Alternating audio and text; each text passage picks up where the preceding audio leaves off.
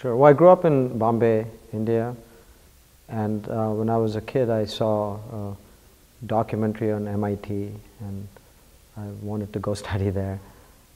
So I applied, and they miraculously must have made a mistake in the admission process. They admitted me. So I showed up in Boston when I was about 17 years old, and literally had $50 in my pocket because they didn't. It was hard to convert the rupee into dollars at the time, and made my way to MIT. Well, no, not really. No, so, and I basically started my journey. You know, MIT was a great place, and learned a lot. And even when I was at MIT, I had started a company in the software area, but I always had this notion that I would build my own company. And then I went to Harvard and eventually started my own company. Well, I've always wanted to build things and create things. And I don't know if you saw my keynote talk, but I wanted to kind of dedicate my life to science and technology. And I felt that science and technology could make the world a better place, and you could do amazing things like go to the moon. And so that was my dream. And so I just pursued that, and I'm still pursuing it.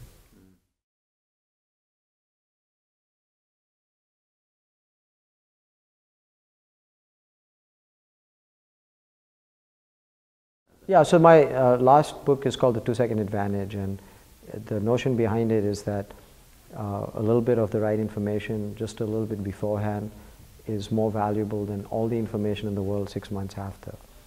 And it turns out this applies to companies, governments, but also to people.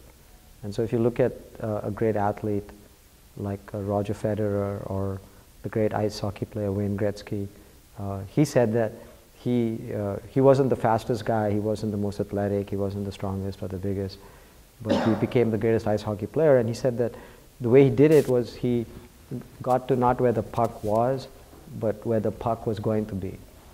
And so if you could apply that way of thinking to business, that would be the 2-second advantage. So what's the point of knowing that you're going to lose a customer after the customer is gone? What's the point of knowing that you're going to have fraud committed after money leaves, or that there's going to be a power outage when you're sitting in darkness? And so it turns out that a little bit of the right information, just a little bit beforehand, is more valuable than all the information in the world 6 months after. And in the 20th century, we were taking this approach of trying to analyze things after the fact. But the reality is quite different. The reality is that things are happening in real time, things are changing, and do you really want to suffer the consequences if you can avoid it? Or do you want to miss an opportunity? And so that is the essence of the 2-second advantage. So TIBCO helps companies achieve that 2-second advantage, whether it be for upselling, cross-selling customers, or preventing fraud, or preventing power outages, creating the smart grid, preventing security threats. So really it turns out that just about any problem you can think of, or any opportunity, is really all about instrumenting the 2-second advantage.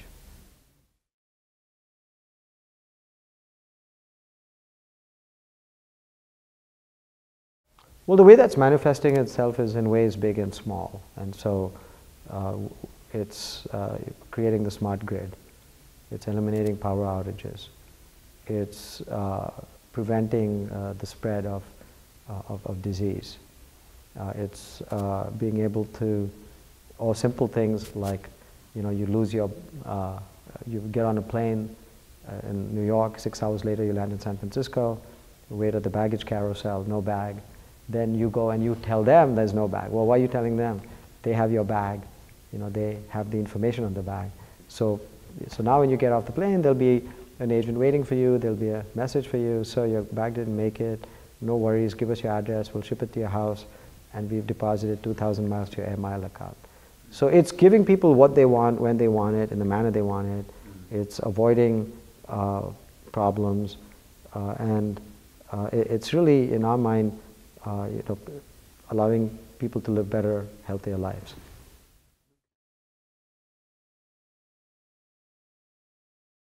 Well, I'm a supporter of education. I've always been a believer in education. I'm a supporter of the arts, and I'm a supporter of just people understanding each other. Well, just as an example of that, I was I'm a Hindu born in India, and I was one of the largest contributors and founders of a Jewish museum in San Francisco. And so that's an example of I'm interested in the arts, but I'm also interested in people sharing the richness of their cultures with each other. So I have a wide number of interests. Obviously, education is a big one, and so supporting schools that I've been to, that my kids have been to. So those are some of the areas of interest for me.